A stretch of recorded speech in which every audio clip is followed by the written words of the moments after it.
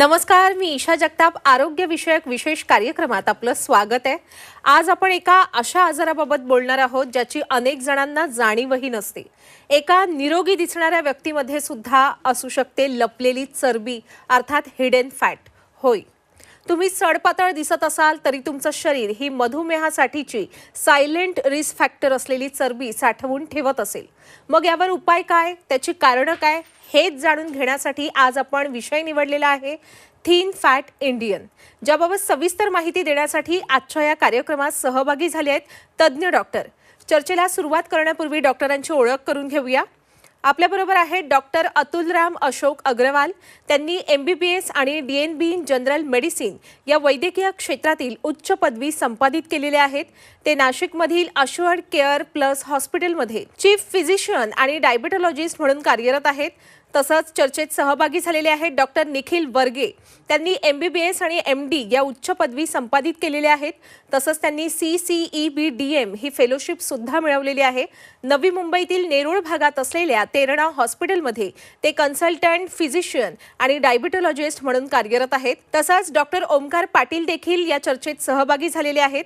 त्यांनी MBBS आणि MD in internal medicine या उच्च पदवी संपादित केलेल्या आहेत आणि त्याचबरोबर FCCP fellowship in critical care आणि फेलोशिप इन डायबिटीज सुद्धा त्यांनी मिळवलेली आहे.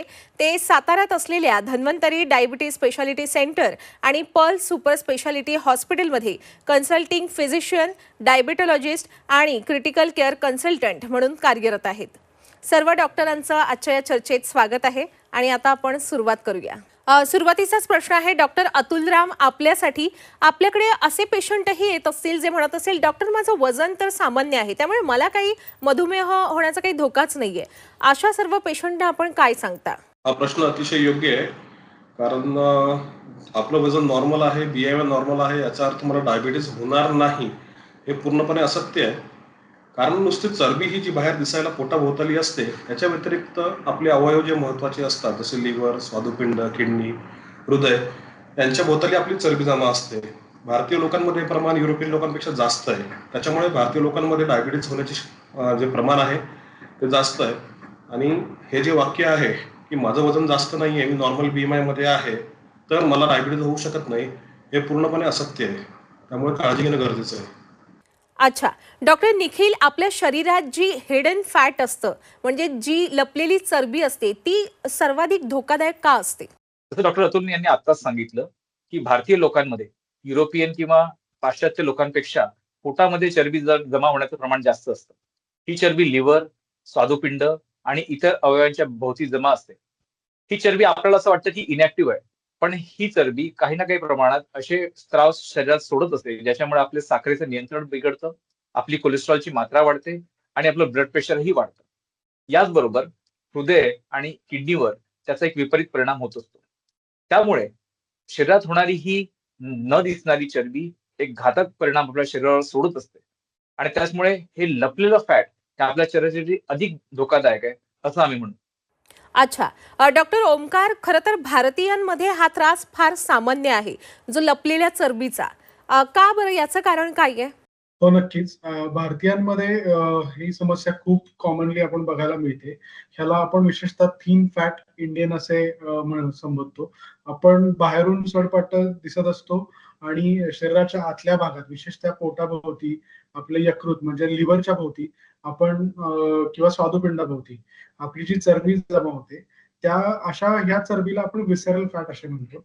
ज्या चरबीमुळे बाहेरून लोक जे असतात ते थिन दिसतात, म्हणजे की सडपातळ असतात. पण तसं जर बघायला गेलं तर ह्या आतल्या विसरल फॅटमुळे आतलं फॅटचं प्रमाण हे खूप जास्त राहतं आणि ह्या सगळ्यामुळे मधुमेह, रक्तदाब किंवा कोलेस्ट्रॉल ह्याचं जे प्रमाण आहे हे थोडंसं वाढण्याची शक्यता असते. आता हे अनुवंशिकता सुद्धा ह्यामध्ये बघितली जाते आणि अनुवंशिकतेमुळे आपल्या जे जेनेटिक रिकॉम्बिनेशन असते किंवा जीन्स आपले जे असतात, ती चरबी साठवण्याची पद्धत ही वेगळी असते. शारीरिक क्रियेचा अभाव असेल, म्हणजे आपली जी जीवनशैली आहे ती बसण्याची जर का जीवनशैली असेल तर त्याच्यामुळे सुद्धा आपल्याला हा प्रॉब्लेम जाणवू शकतो.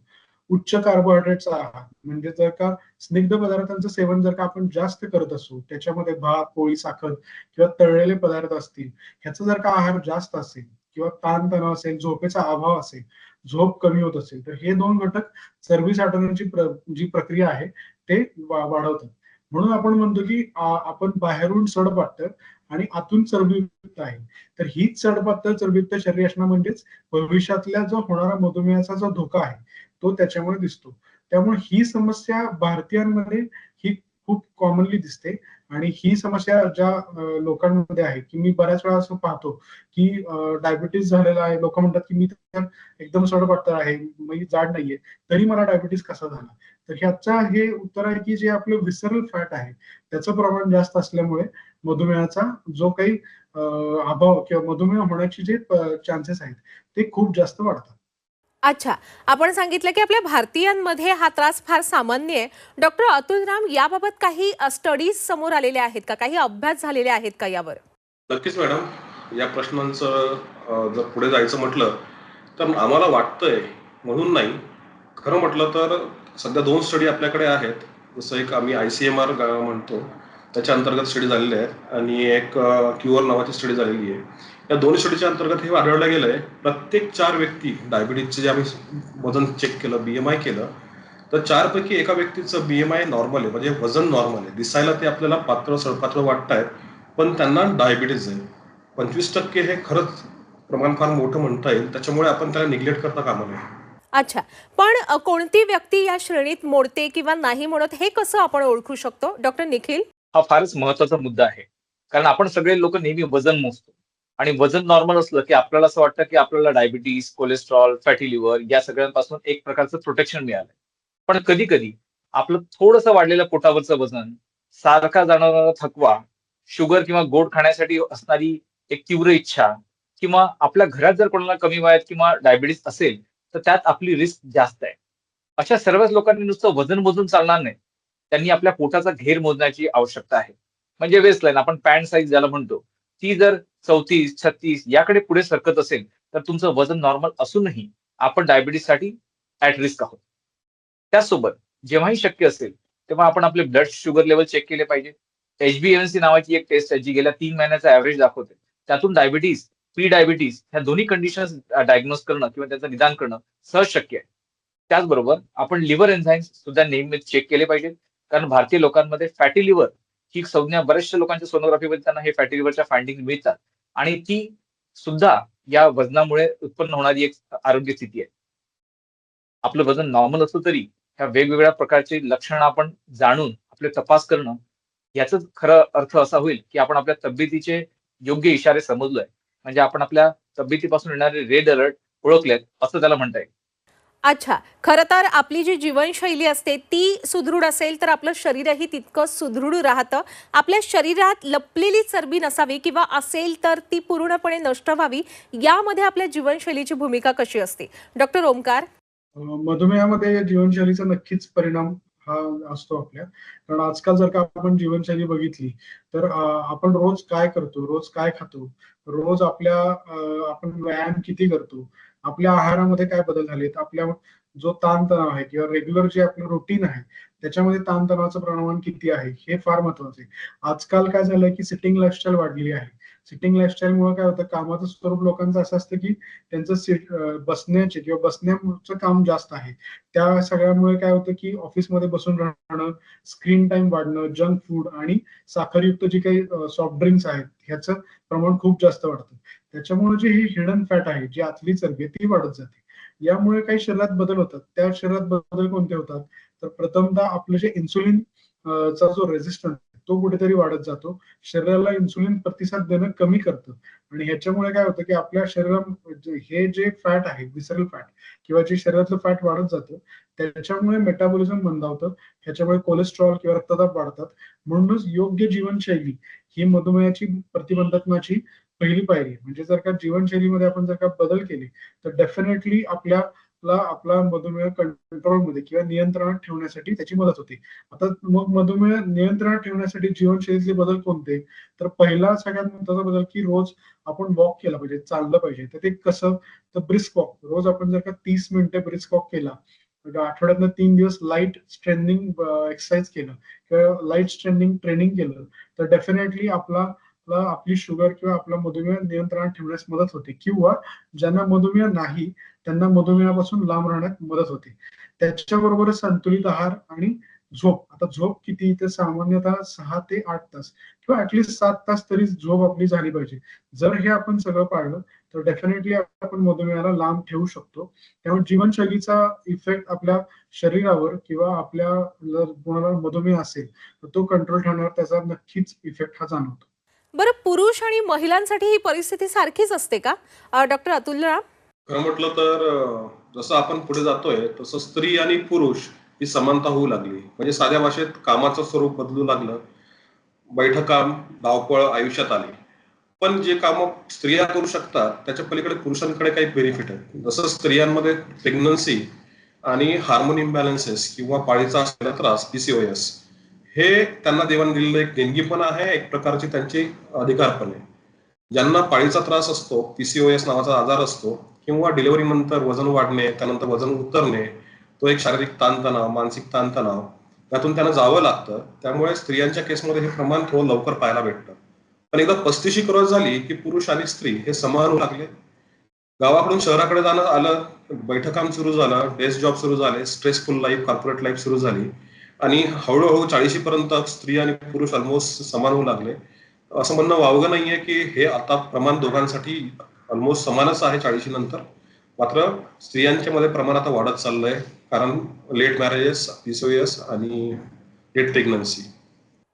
अच्छा, जर कोणी सडपातळ दिसत असेल पण त्यांच्या शरीरात लपलेली चरबी असेल आणि ती अगदी धोक्याच्या पातळीवर पोहोचलेली असेल, तर मग त्यांनी कशी काळजी घ्यावी? डॉक्टर निखिल. मॅडम, भारतात आपण सध्या लोकसंख्येच्या बाबतीत नंबर 1 वर आहोत आणि डायबिटीसची असणारी लोकसंख्या पण भारत नंबर 1 वर आहे. त्यामुळे आपल्यापैकी प्रत्येकानेच डायबिटीसच्या रिस्क मध्येच आहोत असं समजून डायबिटीस येण्याची वाट बघू नये. त्याआधीच आपण ज्याला ऍक्टिव्ह जीवनशैली म्हणतो किंवा ऍक्टिव्ह लाईफस्टाईल म्हणतो त्याचा अवलंबन करणं जास्त चांगलं आहे. यात नक्कीच आपल्याला आपल्या आहारात बदल करावे लागतील. आपल्याला हाय कॅलरी फूड्स अवॉइड करून जास्त फळं, भाज्या, सॅलड्स याकडे जास्त जोर द्यावा लागेल. नियमितपणे वॉकिंग करणे किंवा कुठल्या ना कुठल्या प्रकारचे व्यायाम आपण करणे आणि नुसतं वॉकिंग आणि एरोबिक एक्सरसाइज न करता स्ट्रेंथ ट्रेनिंग ज्याला आपण असं म्हणतो, म्हणजे शरीराच्या स्नायूंना बळकट करण्यासाठी कोर स्ट्रेंथ ट्रेनिंग ज्याला आपण म्हणतो, त्या पण करणं आवश्यक आहे. कारण चांगल्या बळकट मसल्स आपल्याला फ्युचरमध्ये बरेच प्रकारचे फायदे देणार आहेत. त्यामुळे डायबिटीस होण्याची शक्यता कमी होते. डायबिटीस झाला तर तो नियंत्रणात ठेवणं सोपं होतं. असे बरेच फायदे आपल्याला त्यात आहेत. आणि त्याचबरोबर आजकाल आपण सगळ्याच लोकांना सांगतो की जेही लोक 35-40च्या वयात आहेत त्यांनी आपलं रेग्युलर कुठल्या ना कुठल्या पद्धतीने हेल्थ चेक करावं. बरेचसे हॉस्पिटल, बऱ्याचशा लॅबोरेटरी चेन आजकाल ह्या हेल्थ पॅकेजेस इझिली अवेलेबल करून देतात. फक्त आपल्याला ते रेग्युलरली चेक करणं आणि जर डायबिटीसची कॅटेगरी प्री डायबिटीस वगैरे असेल तर त्यासाठी काय उपाययोजना करायच्या यासाठी डॉक्टरांचा सल्ला घेणं हे फायद्याचं ठरू शकतं. जसं आपण नेहमीच म्हणतो, prevention is always better than cure. त्यामुळे डायबिटीस होणं टाळणं हे नक्कीच डायबिटीसची ट्रीटमेंट करण्यापेक्षा जास्तच चांगलं आहे. निरोगी राहायचं असेल तर आपला आहार हा अतिशय संतुलित असायला हवा. दररोज आपण व्यायाम करायला हवं, हे सर्वांना माहीतच असेल. अनेक जण वेगवेगळे डाएट करतात आणि खूप जास्त व्यायाम करतात. क्रॅश डाएट सुद्धा अनेक जण करतात. हे क्रॅश डाएट म्हणजे मुळात काय असतं डॉक्टर ओमकार, आणि ते किती फायदेशीर किंवा सुरक्षित आहे लपलेली चरबी नष्ट करण्यासाठी, आणि अति व्यायाम करणं किती सुरक्षित आहे? जो तुम्ही मॅडम म्हटला की क्रॅश डाएट किंवा अतिव्यायाम, तर क्रॅश डाएट किंवा अतिव्यायाम हा डेफिनेटली सुरक्षित नाहीये. कारण कसं असतं की आरोग्य टिकवणं म्हणजे संतुलन राखणं हे जास्त महत्वाचं आहे. मग टोकाचे काही शारीरिक जे व्यायाम आहेत ते शरीरासाठी धोकादायक ठरू शकतात. आता क्रॅश डाएट म्हणजे काय, की खूप कमी खाणे आणि एका वेळी संपूर्ण साखर किंवा कार्बोहायड्रेट जे आपले स्निग्ध पदार्थ आहेत ते एका वेळेला पूर्णपणे बंद करणे, ह्याला क्रॅश डाएट म्हणतात. अशा डाएटमध्ये शरीरात काय होतं, चरबी कमी होण्याच्या ऐवजी आपले स्नायू किंवा जे मसल मास ज्याला आपण म्हणतो ते कमी होतं, ज्यामुळे मेटाबॉलिझम आपलं कमी होतं आणि यामुळे सुरुवातीला वजन कमी झाल्यासारखे वाटते पण काही महिन्यात पुन्हा वाढते. ह्याला योयो इफेक्ट म्हणतात. या योयो इफेक्टमुळे काय होतं की सुरुवातीला आपण जेव्हा क्रॅश डाएट सुरू करतो तेव्हा ड्रास्टिकली वजन कमी व्हायला सुरुवात होते. पण ज्या वेळेला हा डाएट आपण पूर्णपणे अवलंबू शकत नाही, संतुलन ठेवू शकत नाही, त्यावेळेला पुन्हा आपलं वजन रिव्हर्स होण्याची शक्यता जास्त असते. त्याचप्रमाणे अतिव्यायाम सुद्धा शरीरावर ताण निर्माण करू शकतो. आपलं शरीर जे आहे हे ऍक्च्युअली कसं आहे, झोप, आहार आणि व्यायाम याचं संतुलन मागत असतं आपल्याला. त्यामुळे ह्या सगळ्या गोष्टी जर का अति केल्या नाहीत तर ते आपल्या शरीरासाठी जास्त चांगलं आहे. ह्याचा फायदा कधी होऊ शकतो, तर ह्या सगळ्या गोष्टी आपण संतुलित जर का केल्या तर ह्याचा डेफिनेटली फायदा होऊ शकतो. त्यामुळे सर्वात महत्वाचं काय, सस्टेनेबल सवयी असणं जास्त गरजेचं आहे. त्यामध्ये सकस व पौष्टिक आहार, नियमित पण एक मध्यम स्वरूपाचा व्यायाम, मानसिक ताण जो आहे त्याच्यावर नियंत्रण ठेवणे, सगळ्यात महत्वाचं पुरेशी झोप घेणं. ही जर का 4 तत्व पाळली आपण तर आरोग्य नक्कीच दीर्घकाळ टिकू शकतं. ज्यांना मधुमेह आहे किंवा होऊ शकतो, ह्या लोकांनी शक्यतो कोणताही अति व्यायाम किंवा क्रॅश डाएट असे कोणतेही प्रकार करू नये. काय होतं की अति जरी आपण व्यायाम करायला गेलो तर त्याचा तोटा हृदयावर सुद्धा होऊ शकतो. अति डाएट करायला गेलो तर चरबीच्या जागी आपले स्नायूंचं पण जर का धोका, जो स्नायू कमी होण्याचा धोका आहे तो अवलंबून होऊ शकतो. त्यामुळे संतुलित आहार आणि संतुलित व्यायाम हा डेफिनेटली उपयोगाचा आहे. अच्छा, खरं तर आजकाल आपलं जे जे काही जीवनशैली आहे, दिनक्रम असतो, तो प्रचंड तणावात्मक असतो. या ताणामुळे आपल्या शरीराला वेगवेगळे आजार जडतात. लपलेल्या चरबीसाठी ताणामुळे कोणता धोका निर्माण होतो? डॉक्टर अतुलराम. योग्य प्रश्न आहे. आपण सध्या ऐकतो की जिमला जातोय रेग्युलरली, फिट आहे, धावपळ चालू आहे, 16 तास काम करतोय आणि अचानक एखाद्याला शुगर आली, हृदयाचा अटॅक आला किंवा कोणी मृत पावला. जिममध्ये या घटना कॉमनली घडू लागल्या, सायकलिंग करताना किंवा ग्राउंडवर पण ऍक्टिव्हिटी होऊ लागल्या. नेमकं चुकलं काय, तेव्हा अनालिसिस केलं गेलं आणि ताणासंदर्भात एक कॉर्टिसोल नावाचा एक हार्मोन असतो, स्त्राव असतो, जो फ्लाईट आणि फाईट मेकॅनिझम मध्ये काम करतो. त्याचं कामच असतं की आपल्या शरीरातली साखर वाढवणे, कोलेस्ट्रॉल वाढवणे, फॅट वाढवणे आणि त्याला फ्युल म्हणून यूज करणे. आणि कंटिन्यू तणावात असताना या गोष्टींचा स्त्राव कंटिन्यू होत राहिला तर पुढे जाऊन साखर वाढते, फॅट जमा होतं आणि हे कॉर्पोरेट लाईफस्टाईल भविष्यात जे आज शुगर बीपी निर्माण करतंय त्याचं महत्वाचं कारण हे हार्मोन्सच आहे. त्यामुळे तणावाला तसं म्हटलं तर शारीरिक आरोग्याच्या व्यतिरिक्त मानसिक आरोग्याला पण तेवढंच महत्व दिलं गेलं पाहिजे. स्ट्रेस मॅनेजमेंटसाठी तेवढंच महत्व दिलं गेलं पाहिजे. It can be a second body we can call. So माझ्या मते हे महत्वाचं आहे आणि हा प्रश्न पण तेवढाच महत्वाचा आहे. आता सर्वात महत्त्वाचा प्रश्न आहे डॉक्टर निखिल, खरं तर आपलं आरोग्य हे आपल्याला वेगवेगळ्या आजारांची लक्षणं सांगत असतं, वेगवेगळे संकेत देत असतं. जेव्हा आपल्या शरीरात हिडन फॅट तयार होत असतं, त्याची कोणती लक्षणं आपल्या शरीरावर दिसतात ज्याकडे आपण अजिबात दुर्लक्ष करू नये? आम्ही बरेचदा आमच्या प्रॅक्टिसमध्ये असे रुग्ण बघतो की ज्यांना डायबिटीजच्या निदानाच्या वेळी कुठलीही लक्षणं नव्हती. तरीही जर आपल्याला लक्षणांवर लक्ष द्यायचं असेल तर काही गोष्टींकडे आपण नक्कीच तातडीनं लक्ष द्यायची गरज आहे. जसं सारखं सारखं लघवीला जावं लागणे, सारखी सारखी तहान लागणे, सारखी भूक लागणे आणि भूक असह्य पद्धतीनं म्हणजे त्याला टॉलरेटच करता न येणे, ही सगळी लक्षणं आहेत. बऱ्याचशा मिडल एजेड लोकांमध्ये आपण हे बघत असतो की सारखं ते थकल्यासारखे, थोडंसं वॉकिंग केल्यानंतर त्यांना थांबावं लागतं. ही लक्षणं सुद्धा डायबिटीसचं इंडिकेशन असू शकतात. काही लोकांना नर्व्ह मधले प्रॉब्लेम म्हणजे पायात मुंग्या येणे, पायात जळजळ होणे अशी लक्षणं असतात आणि त्यांचं निदान नंतर डायबिटीसमध्ये होऊ शकतं. तर आपल्याला हे सगळंच बघायचं आहे की अशी सौम्य स्वरूपातली जी शरीराची लक्षणं आहेत, ती जर आपण वेळीच निरखून त्याकडे लक्ष दिलं, तर नक्कीच पुढे भविष्यात होणारा डायबिटीसचा धोका आपण टाळू शकतो. तर त्यामुळे सर्वांनी एक ऍक्टिव्ह लाईफस्टाईल फॉलो करणे आणि त्याचबरोबर आपल्या शरीराच्या छोट्या छोट्या होणाऱ्या बदलांकडे लक्ष देणं आवश्यक आहे. अतिशय महत्त्वपूर्ण अशी माहिती आपण आपल्या प्रेक्षकांना दिलेली आहे सर्व डॉक्टरांनी. डॉक्टर ओमकार, आता आपण आलेलो आहोत कार्यक्रमाच्या समारोपाकडे. जाता जाता आपण काय मोलाचा सल्ला द्याल आपल्या सर्व प्रेक्षकांना? मी सर्वांना एक सोपा आणि महत्वाचा सल्ला देईन की आरोग्याचं मोजमाप फक्त दिसण्यावरून नकोय. म्हणजे काय होतं की बऱ्याच वेळेला आपण काय म्हणतो की मी फिट आहे, मी दिसायला सडपातळ आहे. तर सडपातळ असणं म्हणजे काही निरोगी नाहीये. आपण निरोगी कधी म्हणू शकतो, आपण किती फिट आहे हे आपण कधी म्हणू शकतो, तर ते शक्यतो हे आकड्यांवर डिपेंड आहे. म्हणजे आकडे म्हणजे आता कोणते, की जर का आपला पोटाचा घेर जर का 90 सेंटीमीटर पेक्षा कमी असेल किंवा आपली जाडी जर का कमी असेल किंवा तो जर का घेर 90 सेंटीमीटर पेक्षा जास्त असेल तर तो एक आपल्या शरीराला एक इशारा आहे की तुम्ही निरोगी नाही किंवा तुमचं आरोग्य निरोगी नाही, याचा तो एक संदेश असेल. दुसरी गोष्ट म्हणजे ब्लड प्रेशर आणि कोलेस्ट्रॉल. आता आपलं जे ब्लड प्रेशर आहे आणि कोलेस्ट्रॉल आहे ते आपण नियमित चेक केलं पाहिजे. आता कोलेस्ट्रॉल नेहमी शक्यतो 6 महिन्याला चेक करणं गरजेचं आहे. ब्लड प्रेशर ज्या वेळेला तुम्ही तुमच्या डॉक्टरांकडे व्हिजिट करता किंवा जर का मधुमेह जरी नसेल तरी ज्यांचं वय 40 पेक्षा जास्त आहे त्यांनी रुटीनली आपलं ब्लड प्रेशर आणि कोलेस्ट्रॉल हे चेक केलं पाहिजे. आता आपल्या सवयीमध्ये काय होतं की छोटे छोटे जर बदल केले आपण तर त्याचा सुद्धा आपल्या आरोग्याला फायदा होऊ शकतो. आता हे छोटे छोटे बदल कोणते, तर दररोज चालणं, घरगुती अन्न खाणं, पुरेशी झोप, स्क्रीन टाइम कमी करणं. जर हे सगळं जर आपण अवलंबलं तर डेफिनेटली ह्याचा फायदा आपल्याला होऊ शकतो. आपण जर आपल्या शरीराचं ऐकलं आणि त्याचे जर का संकेत ओळखले आपण तर नक्कीच आपल्याला आजार टाळता येतात. आता शरीर संकेत देत असतं की आपल्याला वाटत असतं की आपण बाहेरून फिट दिसणं पुरेसं नाही. तर काय आहे की ऍक्च्युली आपण बाहेरून जरी फिट दिसणं पुरेसं नसलं तरी आतून फिट असणं गरजेचं आहे. त्यामुळे मी म्हणेन की समजदार बना आणि सेहत के इशारे समजून घ्या. सेहत के इशारे जर आपण समजून घेतले तर डेफिनेटली ह्याचा फायदा आपल्याला निरोगी राहण्यासाठी होऊ शकतो. त्यामुळे माझा सल्ला तरी राहील की सर्वांनी संतुलित आहार, संतुलित व्यायाम आणि संतुलित जीवनशैली म्हणजे कुठलाही कशाचाही अतिवापर, कुठला डाएट किंवा कोणती औषधांचा भडीमार असं न करता आपल्या डॉक्टरांच्या सल्ल्याने औषधं घ्यावीत, सगळ्या गोष्टींचं संतुलन राखावं आणि ह्याचा फायदा तुम्हाला तुमचं उत्तम आरोग्य ठेवण्यासाठी होऊ शकतो.